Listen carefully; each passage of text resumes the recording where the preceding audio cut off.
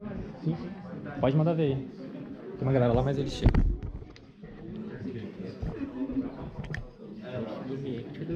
Beleza, pessoal. Dá pra todo mundo ouvir? Quer microfone? Não, falar alto eu falo. Então, tranquilo. Bom, eu vim falar aqui pra vocês, na verdade, meio de improviso, que eu nunca preparo a apresentação, eu sou sempre relapso. Algumas pessoas já foram imitadas meus, sabem que eu sempre invento na hora. E basicamente eu vou falar de eu lancei uma ferramenta recente que eu mesmo fiz para o mercado, né? Então ela está gratuita para todo mundo poder consultar, usar. É um framework para você descobrir os princípios de design da sua companhia. Ele basicamente serve, o que são os princípios de design. Então eu vou primeiro abordar um pouco isso. Vai ser rápido o que eu vou mostrar para a gente poder partir para perguntas, realmente falar do que importa, que é o que vocês precisam saber. Rapidinho sobre mim, especialista em Design Ops. Atualmente não estou mais na DASA, estou no Gympass, comecei hoje. A gente viu. Eu não sei quem está no meu LinkedIn, quem não está, é tanta gente, eu já...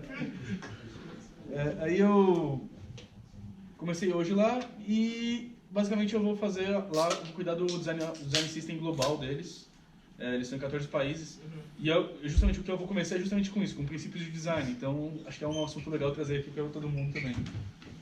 A gente fala muito que design system é um produto, tem diversos artigos falando sobre isso, de que a gente tem que trabalhar como se fosse um produto.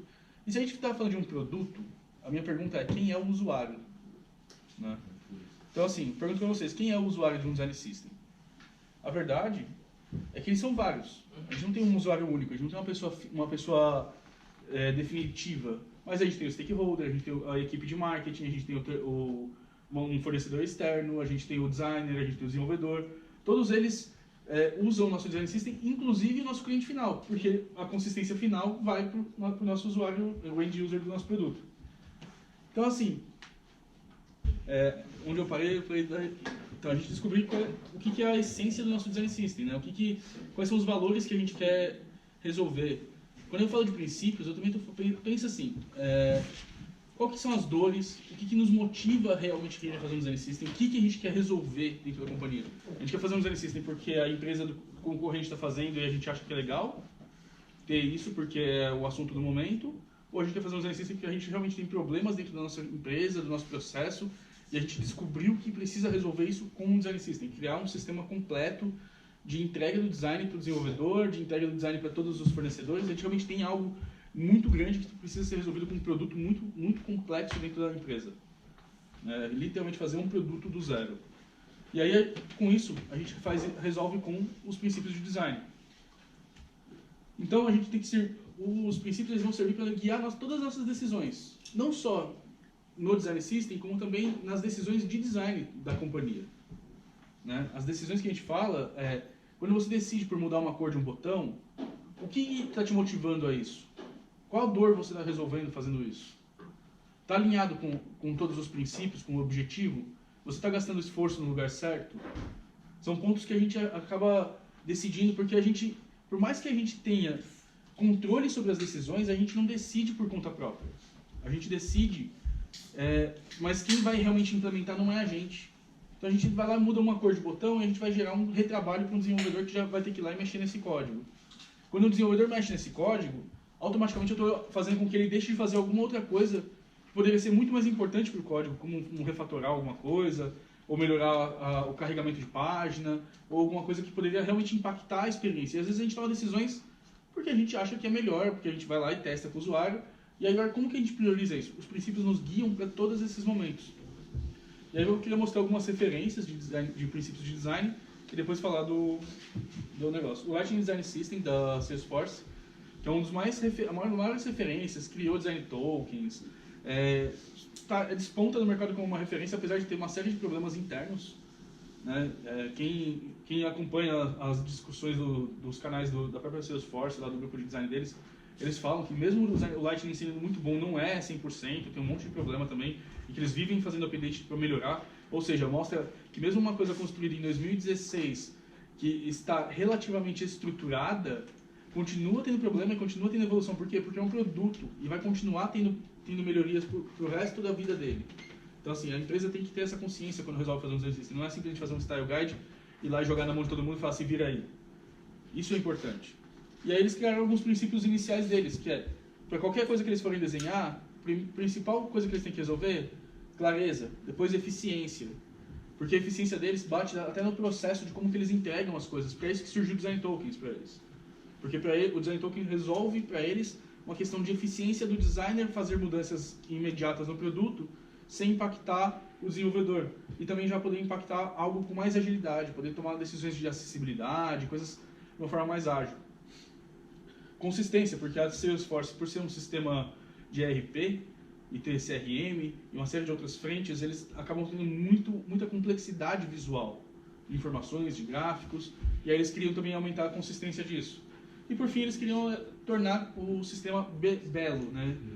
Com uma estética visual que agradasse, porque eles sabiam que dashboard, painel, relatório, não são coisas legais de você ler, então eles queriam que aquilo ficasse mais amigável para as pessoas, e aí eles colocaram como princípio para eles a beleza. Material design, o original, né? Ele tinha 3 princípios básicos, onde o material é uma metáfora para eles, então tudo que eles fazem na tela da interface é uma metáfora para o que eles acreditam que significaria no mundo real. Então foge um pouco da nossa... aquela coisa de fazer animações, a forma fluida como a interface se movimenta. Tudo aquilo tem relação a uma metáfora com o que seria no mundo real para eles.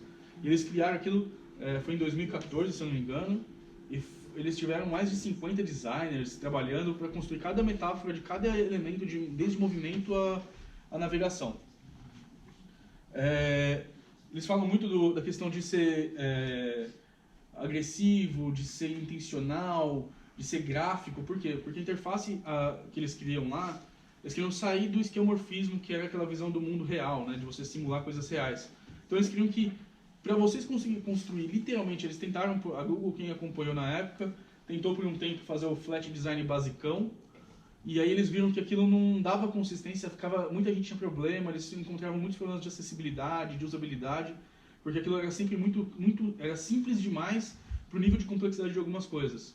E aí a Google, quando criou o Material Design, uma das coisas que eles falaram assim, não, é gráfico, é intencional, é pesado, é robusto, tem que mostrar que está ali se movimentando, tem que mostrar que está ali como uma interface navegável.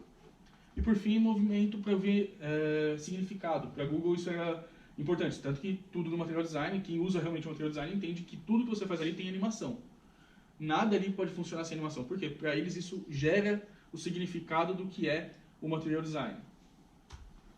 A Apple, apesar de não ter um design system eficiente no sentido de você ter códigos claros, porque ele permite você construir da forma que você quiser, ele não segue consistência, eles criaram alguns princípios que são muito legais, como, por exemplo, manipulação direta, permitir que um princípio deles atende diretamente como funciona você codificar usando a Swift, por exemplo.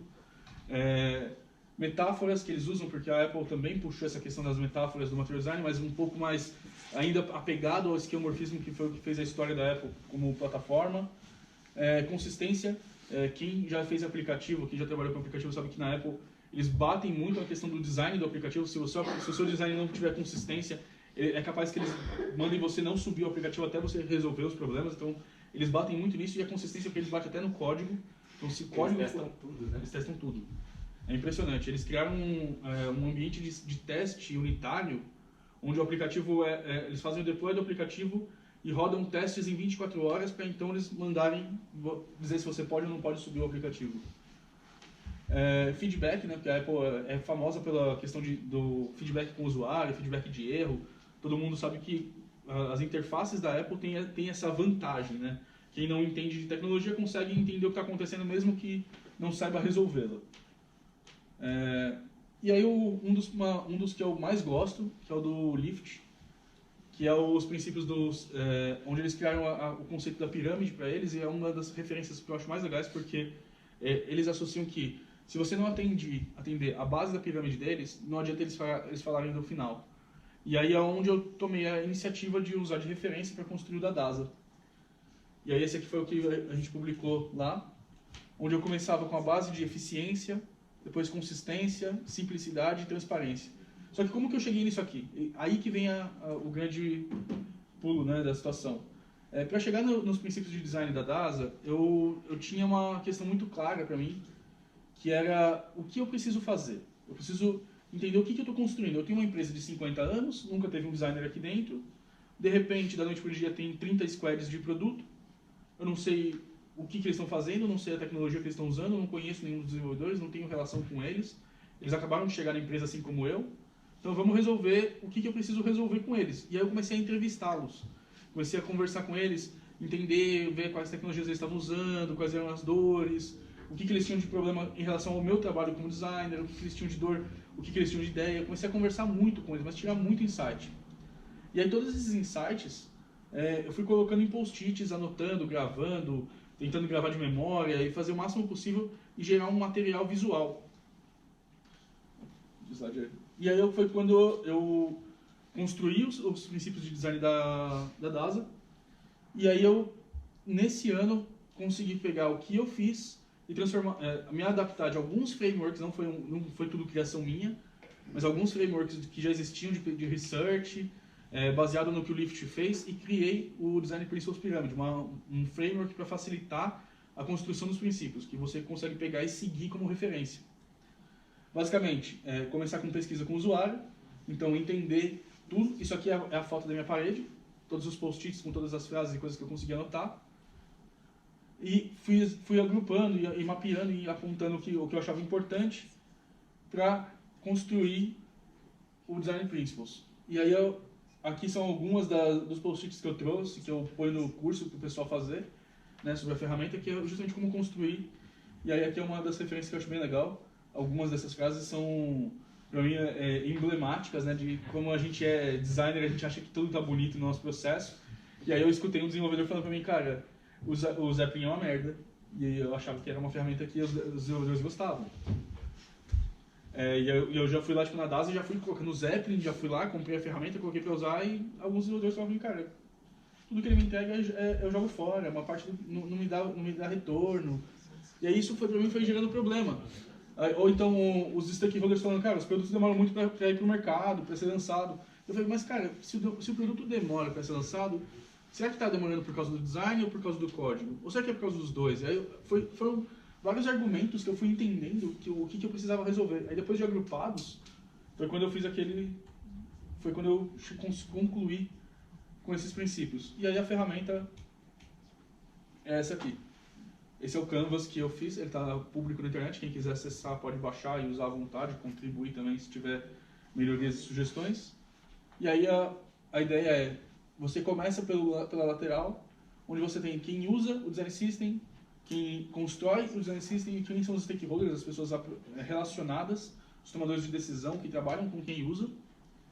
E uma vez que você categoriza os problemas desses caras, você consegue, então, aí literalmente fazer uma metáfora e pensar qual que é o princípio que resolve dentro da pirâmide, onde eu começo com suporte à operação, suporte ao design, suporte à entrega e, por final, qual que é a minha meta como companhia. Isso aqui não é uma pirâmide fixa, claro que você pode ter muito mais princípios, você pode ter 5 na base e pode pular uma etapa, isso não acho que é uma ferramenta, você tem que seguir, ter 4 princípios para a sua empresa funcionar, mas era a base que eu achava importante para todo mundo seguir como referência. E aí, por fim, um dos pontos que eu acho mais importante legal, eu definir os meus princípios, aí eu fecho com o quê? Com métricas. Como que eu vou medir a eficiência e o sucesso de cada um desses princípios? Saber se eu estou conseguindo resolver problemas efetivamente. Transformar eles em algo claro e coerente para minha empresa. Aquilo que eu consigo, realmente, eu estou atingindo essa meta ou não, eu não estou atingindo essa meta. E aí é isso, a ferramenta, gente. Quem quiser...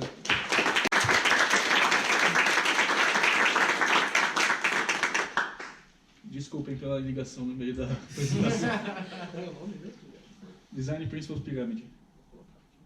Eu vou deixar aqui, ó. A ferramenta tá aqui o site está aqui embaixo. Quem quiser acessar.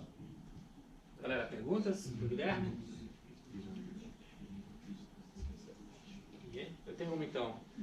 Cara, as métricas-chave, elas são mais relacionadas a produto, negócio ou ambos? Por exemplo, Vou pegar o princípio de eficiência, que é o da DASA. O princípio de eficiência, a base, a minha métrica foi de ticket no Jira. Quantos bugs eu tinha que abrir para o desenvolvedor corrigir coisas de design. Quando eu colocava lá a tag de design no negócio. Antes de ter os princípios, eu estimava que eu tinha 45 tickets por mês.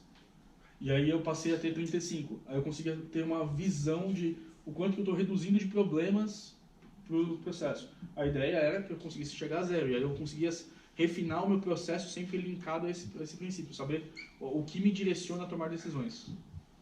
Ah, legal. É muito a negócio, então não é diretamente ligado ao design system, né? Não, porque pode ser, como também pode não ser, né? O Airbnb, ele tem aquela ferramenta deles lá, interna, que eles, tipo, os caras abrem um app deles, qualquer aplicação, e eles veem o que é componente do design system, o que não é, o que é componente do time.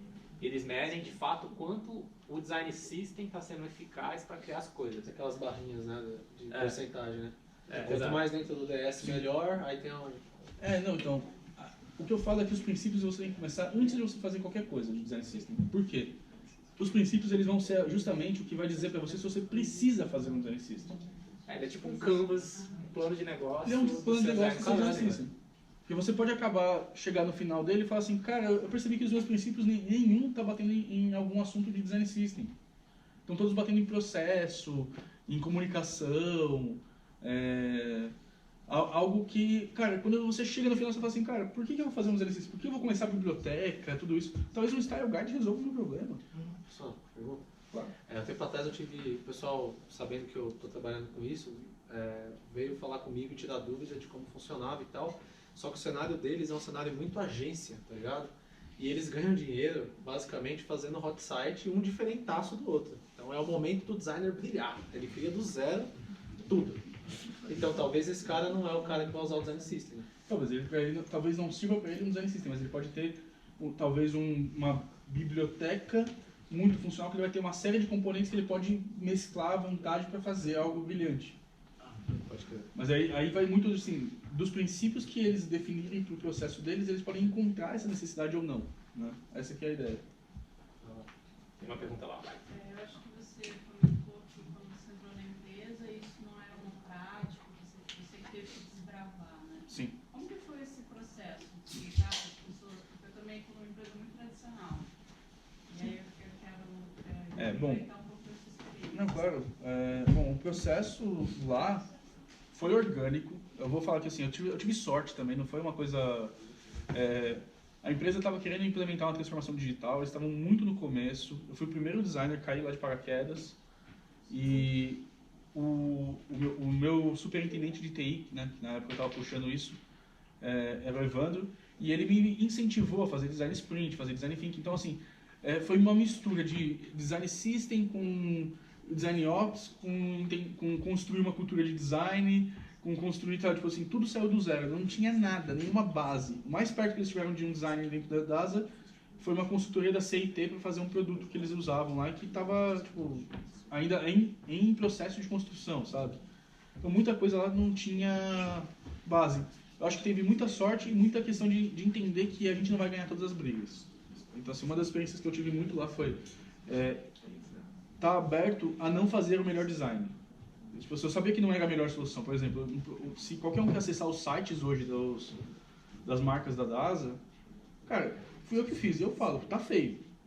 Tá feio. Eu nunca vou falar que tá bonito.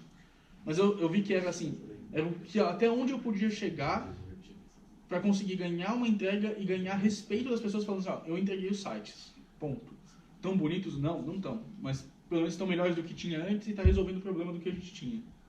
E aí o processo era que a gente fosse refazer os sites quando tivesse uma estrutura melhor, um time mais eficiente, mais pronto para poder assumir todas as frentes. Porque eu cuidei desde research a visual e até algumas coisas de código. Então, claro que eu não fiz tudo muito bem, né?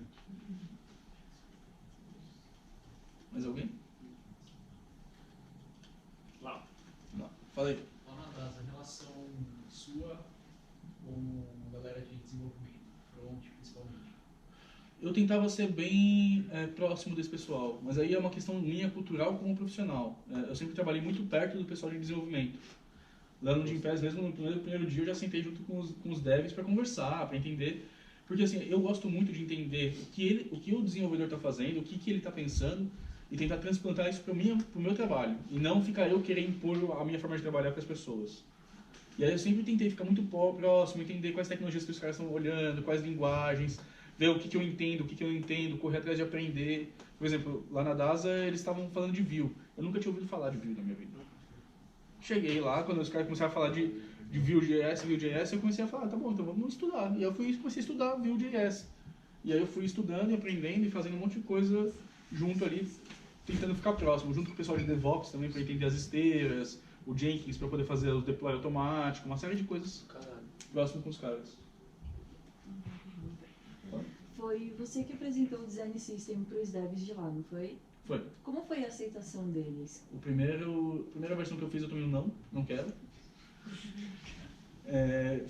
Eu fiz uma primeira versão onde eu usei um framework do Vue Design System. Como eles usavam Vue, eu falei assim, pô, é uma coisa que talvez ajude eles, né? Só que eu não entendo tudo de código. E aí o que aconteceu? Logo de cara eu fiz e ele cuspia um CSS pronto. E aí quando eu cheguei na mão deles, eu entreguei pra eles, eles falaram assim, cara, a gente não vai usar porque é o seguinte, isso aqui eu vou ter que reescrever o meu front. Porque eu vou ter que reescrever todas as classes, todos os IDs, tudo no meu front eu vou ter que reescrever do zero. Eu não vou conseguir fazer isso agora, porque eu tenho uma série de coisas para entregar. E aí quando eles falaram assim, não, eu entendi que justamente que faltou isso aqui, princípios. O que eu estava querendo resolver? Estava querendo fazer um design system que era legal, ou porque eu realmente estava resolvendo um problema de desenvolvimento? E aí foi onde eu bati e percebi, não, beleza, então aí o que aconteceu? Conversando com eles, entendendo as dores, eu percebi que o maior problema da DASA era a consistência e o rollout de marcas. Porque a gente tinha 42 marcas e quando eu lançava um produto, eu tinha que fazer com que aquele produto replicasse tipo, mês a mês para 2, 3 marcas de uma vez só. E aí foi o que a gente fez. O nosso design system iniciava com os princípios e ia para design tokens e a gente não tinha componente. Componente ia só para desenvolvedor mesmo. O desenvolvedor fazia do jeito que ele quisesse. Porque a gente tinha 30 squads, 30 produtos, e cada um tinha liberdade ali de usar a linguagem que quisesse, de usar a biblioteca visual que quisesse, porque a gente não tinha braço para atender tudo na parte de design. E aí isso deu pra gente uma tração muito melhor. E aí na segunda versão que a gente começou a levar, levou 6, 7 meses para o primeiro produto conseguir usar os tokens efetivamente. E aí todos os desenvolvedores queriam participar daquilo, sabe? E aí eles começaram a falar de componente, padronização, eles começaram a puxar também esses assuntos. Ah, entendi. Então vocês começaram com os tokens, só entregando os tokens para eles e aos poucos foram implementando a parte de componentização. Exato. Ah, entendi. Eu perguntei isso porque uma vez eu estava conversando com um dev sobre design system e ele falou que eles se sentem um pouco ameaçados. Não, é justamente assim, o que eu fiz muito com isso é deixar claro. Eu não estou aqui para tirar o trabalho deles, eu estou aqui para fazer com que eles não tenham que fazer as coisas chatas. Sim. Cuidar de CSS, cor de botão, coisas que para eles sabem que é assim, além de eles resolverem rápido, eles perdem tempo fazendo coisas que não resolvem nada. Porque para eles não é palpável aquilo. Sim. Eu gostaria de saber quais ferramentas você utilizou para fazer todo esse processo e se você hoje está usando, testando o GStudio.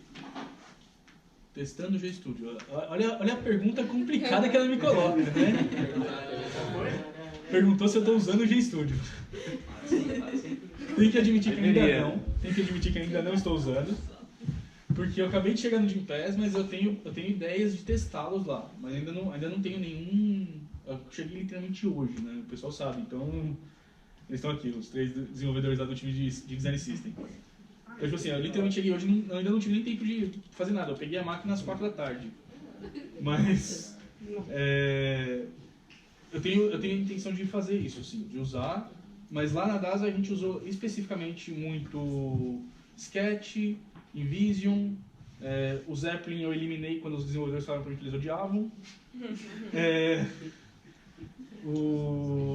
A gente fez também muita coisa usando o TEL da Salesforce, que faz os design tokens. Aí a gente fez uma versão própria do TEL nossa lá dentro, que foi quando eu conheci o Jair até. Que eu fiz uma versão nossa e ele tinha feito uma dele, e aí foi quando a gente se conheceu. E aí eu publiquei no meu GitHub, ele tem o dele também, mas assim, são ferramentas praticamente idênticas que fazem a mesma coisa, só que são só semânticas de código diferente. E acho que A gente usou também, a gente usou mais, aí foi mais pô, ferramenta de código mesmo, Visual Code, coisas bem tranquilas. Acho que é isso. De quanto tempo você rodaria esse Canvas? Porque eu imagino que nas métricas você perceba outras questões Então, e aí evolua. a ideia é que você rode o Canvas e descubra os princípios, e os princípios deveriam ser fixos. O que você tem que mexer é o seu processo para atender os seus princípios. Né? Os princípios eles refletem os valores que você está definindo como o que te leva a tomar decisões. Só que se você rodar ele de novo e perceber que mudou alguma coisa, pode sim acontecer. Porque, por exemplo, na DAS a gente teve 2 momentos. Teve um momento onde a gente tinha um time de 15 pessoas de TI e um time onde a gente tinha 300. Então é claro que eram momentos diferentes. E nos 15 ali, os princípios provavelmente seriam muito diferentes dos 300. Mas quando você percebe que já está começando a ficar estável a cultura, você percebe que os princípios eles passam a serem uma coisa meio fixa ali, que você vai mexer só em coisas que você, tipo, cara, eu atingi o ápice da eficiência, não tenho mais o que mexer aqui. Legal, então aí eu posso até rever se eu não posso mudar o meu princípio, ou então às vezes a direção da companhia mudou e eu posso ir para outro, mudar de objetivo em algum momento. A gente também fez isso com a empresa, a questão dos princípios e tal, e a gente ficou, por mais que a gente tinha definido os princípios, eu senti um pouco de dificuldade de como divulgar isso na empresa. E, lógico, assim, os designers têm aquilo um pouco mais próximo e tal, a gente estava fazendo uma questão do site e tal, mas eu queria saber como foi isso para você, assim, tipo, a galera abraçar os princípios como se fosse, a gente vai partir daqui, assim. Abraçar os princípios. Tipo, a gente tem os princípios, mas todo mundo precisa saber deles para poder desenvolver as coisas. Na DAS a gente teve alguns problemas aí até, tipo, com o time mesmo. Os designers em alguns momentos não questionavam se deviam seguir, mas aí foi questão de conflito mesmo, porque o designer chegou de paraquedas e falou, mas isso aqui já está feito, eu queria contribuir, queria mudar, mas aí eu tive que explicar e dizer que não. Uhum. Mas teve bastante trabalho, assim, de gerenciar as expectativas das pessoas. Certo. Alguém tinha... Lá? Galera, só para não demorar também, última pergunta, tá? Depois a gente conversa no final. Como é que você concilia ouvir essa parte de Canvas no mundo de consultoria? Você tem squads por projetos, atendendo clientes. Você pode fazer isso aqui por squad. Mas como você trabalha com a regra do cliente? Ou se o cliente não tem nenhum tipo de regra de design? Então, a parte de research, ela é bem... É um framework que você pode até achar, tem num blog da Adobe, é de 2014, eu acho. Que eles falam lá de um framework, um guia simples para fazer um style guide, alguma coisa assim. E é um framework muito simples, tem um vídeo no YouTube também falando, onde você simplesmente vai entrevistar os desenvolvedores, vai entrevistar os stakeholders e vai entender quais são os problemas deles e vai compilar as dores aqui. Isso pode ser a nível squad, como pode ser a nível companhia, vai depender do seu objetivo. Respondeu ou ficou... Não, sim. Respondeu? É isso? Beleza? Beleza?